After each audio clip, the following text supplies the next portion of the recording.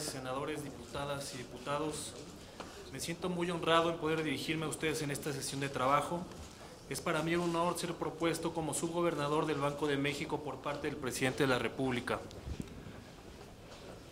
Me gustaría, si me lo permiten, compartir con ustedes aspectos de mi trayectoria profesional, así como una breve reflexión sobre mis perspectivas de la situación económica del país, sobre la inflación y sobre la postura monetaria del Banco Central. Me gustaría comenzar comentándoles que en los últimos años, como economista, tuve la oportunidad de integrarme al Banco de México en calidad de investigador técnico y durante este tiempo he podido constatar no solo la labor vital que se realiza día con día, sino también el nivel de complejidad, de alto compromiso que existe para lograr el objetivo institucional de procurar la estabilidad del poder adquisitivo de la moneda. A lo largo de este periodo, he podido analizar la información de coyuntura sobre la economía nacional y el entorno internacional. He preparado información relevante que coadyuva la toma de decisiones de política monetaria dentro de un contexto inédito como en el que nos encontramos. Asimismo, he analizado escenarios de riesgo sobre la situación económica del país. He revisado el desempeño de los mercados financieros y desde hace muchos años he dado seguimiento y tenido contacto de primera mano con los temas de banca central, el sistema financiero y la banca, ya fuese como subtesorero de la Federación, como director general de Administración Financiera de la Ciudad de México o más recientemente desde mi responsabilidad en el Banco de México.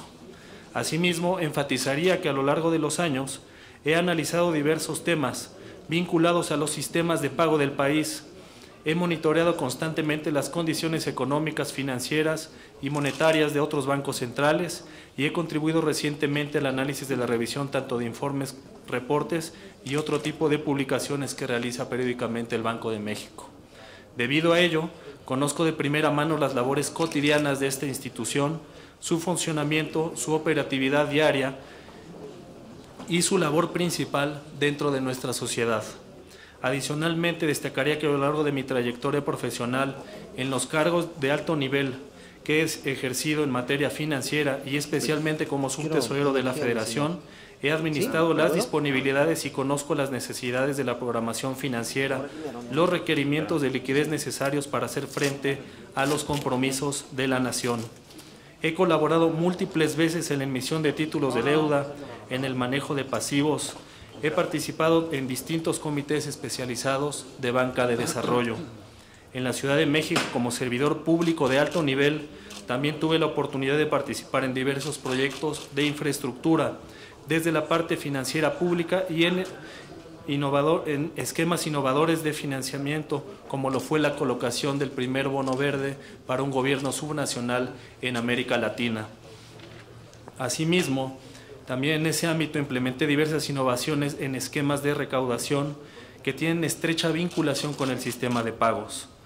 Un ejemplo al reconocimiento de mi trayectoria profesional en materia económica y financiera es la publicación de diversos artículos, uno de ellos recientemente publicado en el Anuario de Economía Mexicana de la Facultad de Economía de nuestra Universidad Nacional Autónoma de México. Asimismo, he tenido diferentes participaciones en entrevistas, conferencias informativas, mesas redondas donde tuve la oportunidad de compartir sobre temas de finanzas públicas, tales como inclusión financiera y sistemas de pagos. En este sentido, me gustaría transmitirles que cuento con la experiencia necesaria para cubrir el puesto al que se me ha nominado, que he estudiado y analizado a cabalidad los temas de banca central y que tengo un interés pleno en que nuestro sistema financiero, nuestro sistema de pagos y la estabilidad de precios de nuestra economía operen de manera eficiente y en apego a lo mandatado por nuestra Constitución y por la propia ley del Banco de México. No omito mencionarles a su vez que en todas las funciones en las que he participado he tenido un estricto apego al cumplimiento de las responsabilidades que se me confieren y que, de ser ratificado como subgobernador por esta soberanía, seguiré desempeñándome con el rigor que el cargo requiere. Permítanme ahora compartirles acerca de cómo veo la situación económica, inflacionaria y monetaria a nivel internacional y en nuestro país. La coyuntura económica global presenta condiciones inéditas debido al resurgimiento de la inflación en niveles no vistos desde la década de los 80 del siglo pasado. A lo largo de estos tres últimos años la economía mundial ha estado expuesta a una serie de choques inéditos, los cuales han tenido la característica de ser profundos, numerosos y muy prolongados. Como resultado de la pandemia, la economía global enfrentó una fuerte crisis durante el 2020, la cual derivó, tras una recuperación rápida, aunque heterogénea, en una serie de desbalances entre la oferta y la demanda, cuyos efectos se observan en un proceso inflacionario que ha afectado a la vasta mayoría de los países y que se ha extendido a lo largo de 2021 y 2022. Esto ha significado un enorme esfuerzo para las familias, las empresas y las propias autoridades. Nuestro país no ha sido ajeno a este panorama. La pandemia indujo cambios importantes en los patrones de consumo, que concentró la demanda en sectores donde la oferta se encontraba restringida a causa del confinamiento. El cambio entre el consumo de servicios y el consumo de mercancías fue tan profundo que pronto se convirtió en uno de los impulsores iniciales de los ajustes a los precios relativos en la economía. Esto pese a la fuerte contracción económica que se vivía a inicios de la crisis. La recuperación económica, aunque veloz, ha sido muy heterogénea y en la actualidad, aunque el 65% de todos los sectores que componen a nuestra economía han recuperado ya su nivel prepandemia, todavía un importante conjunto de actividades se encuentra por debajo, con alrededor de un 18% de los sectores económicos aún rezagados en más del 5% respecto a su nivel previo a la emergencia sanitaria. Aunado a ello, las severas restricciones en el transporte marítimo a nivel internacional,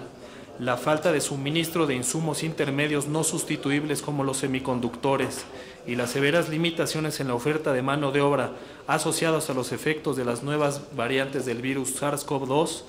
se vieron agravados por los incrementos en la oferta de productos básicos y de alimentos a causa del conflicto entre Rusia y Ucrania. Este complicado entorno,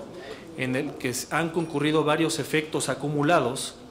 de los choques de la pandemia, los choques geopolíticos, también ha mantenido presionada la inflación del país, que registró un nivel de 7.82 en su última lectura del año 2022, mientras que el componente subyacente, que es el que elimina las presiones provenientes de alimentos y de los energéticos, y que por lo mismo marca con mayor precisión la tendencia principal de las presiones inflacionarias, se ubica en 8.35%. Cabe señalar que este disminuyó por primera vez después de 25 meses, si bien aún se encuentra en niveles elevados. Aun y cuando los últimos datos han exhibido una mejoría en el comportamiento de las cadenas globales de producción y distribución,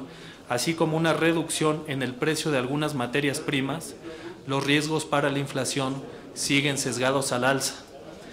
Por los últimos pronósticos de inflación dados a conocer por el propio Banco de México indican que las presiones inflacionarias que aún se observan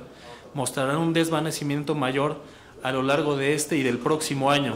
y que existirá una convergencia al objetivo de 3% en el tercer trimestre de 2024. Aquí quiero destacar que dentro de un régimen de objetivos de inflación con base en pronósticos, como es el que utiliza el Banco de México, estas proyecciones de inflación son condicionales a la postura monetaria de la institución, por lo que en todo momento debe evaluarse cuál es la mejor postura consistente para conducir la convergencia de la inflación hacia su meta, tomando en consideración tanto la información disponible como los mecanismos de transmisión y los rezagos con los que opera la política monetaria en nuestro país. A lo largo de todo este episodio inflacionario, el Banco de México evaluó y ajustó su postura monetaria de manera oportuna para atender estas circunstancias y actualmente mantiene su tasa de referencia en un nivel de 10.5%. Esta evaluación y el ajuste monetario no son tareas sencillas y menos ante un entorno inédito como el que hemos vivido en los últimos años. Ante choques de oferta como lo son los aumentos en los precios de materias primas, el cierre de plantas o la escasez de insumos, entre otros, la política monetaria se estima sea poco reactiva. Esto siempre que estos choques sean reversibles en el corto plazo, es decir, cuando no dejen una huella duradera en la economía. Empero, Si los choques de oferta tienen efectos persistentes que puedan poner en peligro la formación de precios y el potencial económico, entonces deben ser atendidos por una postura monetaria que permita alinear la demanda con la capacidad productiva de la economía de manera eficiente. Aunque esta labor pareciera, en teoría, relativamente simple, en la práctica es complejo evaluar el potencial económico de un país, los niveles de equilibrio de la economía y la duración de ciertos choques en tiempo real, especialmente en entornos de alta incertidumbre como los que hemos vivido en años recientes. Y en particular destacaría que la prolongada secuencia de choques que hemos experimentado pareció desdibujar las líneas sobre lo que constituiría una alteración temporal y una persistente, y ante ello es necesario que la postura de los bancos centrales sea robusta. Tradicionalmente existen tres determinantes sobre la inflación que pueden encontrarse dentro de la literatura. Uno es la actividad, otro los costos y el otro las expectativas de inflación. En muchas economías las autoridades monetarias y fiscales brindaron estímulos muy significativos que elevaron la demanda global ante la crisis causada por la pandemia, lo que en gran medida puede explicar el incremento de los precios de distintos productos en esas latitudes. En nuestro país, tanto la autoridad fiscal como la autoridad monetaria actuaron de manera decidida para evitar el deterioro de las condiciones económicas y financieras, pero su intervención también se caracterizó por ser responsable y prudente, por lo que no se generó ningún efecto desproporcionado de dicha intervención, lo que ha implicado que la actividad económica no sea un determinante acotado para explicar el proceso de inflación en nuestro país respecto al papel que juega en otras economías. Por el contrario, y dadas las características de los choques que he descrito, las presiones que hemos tenido en México han sido presiones de costos y han sido el principal determinante detrás de la dinámica de precios en México. Sin embargo, y aquí quiero ser muy puntual, el determinante de las expectativas de inflación juega un papel crucial en la determinación de la inflación y su convergencia hacia la meta, ya que una vez que las presiones de costos se desvanezcan, la inflación tendería a regresar con ayuda de las acciones del Banco Central hacia los niveles donde los agentes económicos esperan que se ubique. Lo anterior implica que el comportamiento de las expectativas de inflación puede determinar la inercia y la persistencia de los choques inflacionarios, por lo que para evitar que la inflación se arraigue en la economía, las expectativas de inflación no deben desviarse de la meta inflacionaria. En un régimen de objetivos de inflación con base en pronóstico, esto cobra mayor relevancia, debido a que se reconoce explícitamente que la política monetaria opera con rezagos, por lo que sus acciones no afectan de manera instantánea las variables sobre las que se busca incidir. Como consecuencia es necesario establecer un anclaje para la dinámica de precios a la luz de los mecanismos de transmisión existentes. Es decir, es necesario que incluso en la indeseable presencia de pandemias y crisis y guerras, las expectativas de inflación permanezcan firmemente ancladas.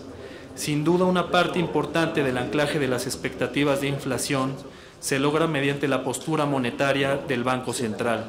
pero también es igualmente relevante para ello la credibilidad que posee dicha institución, la cual, en mi opinión, para el caso del Banco de México, emana de distintas dimensiones, pero preponderante.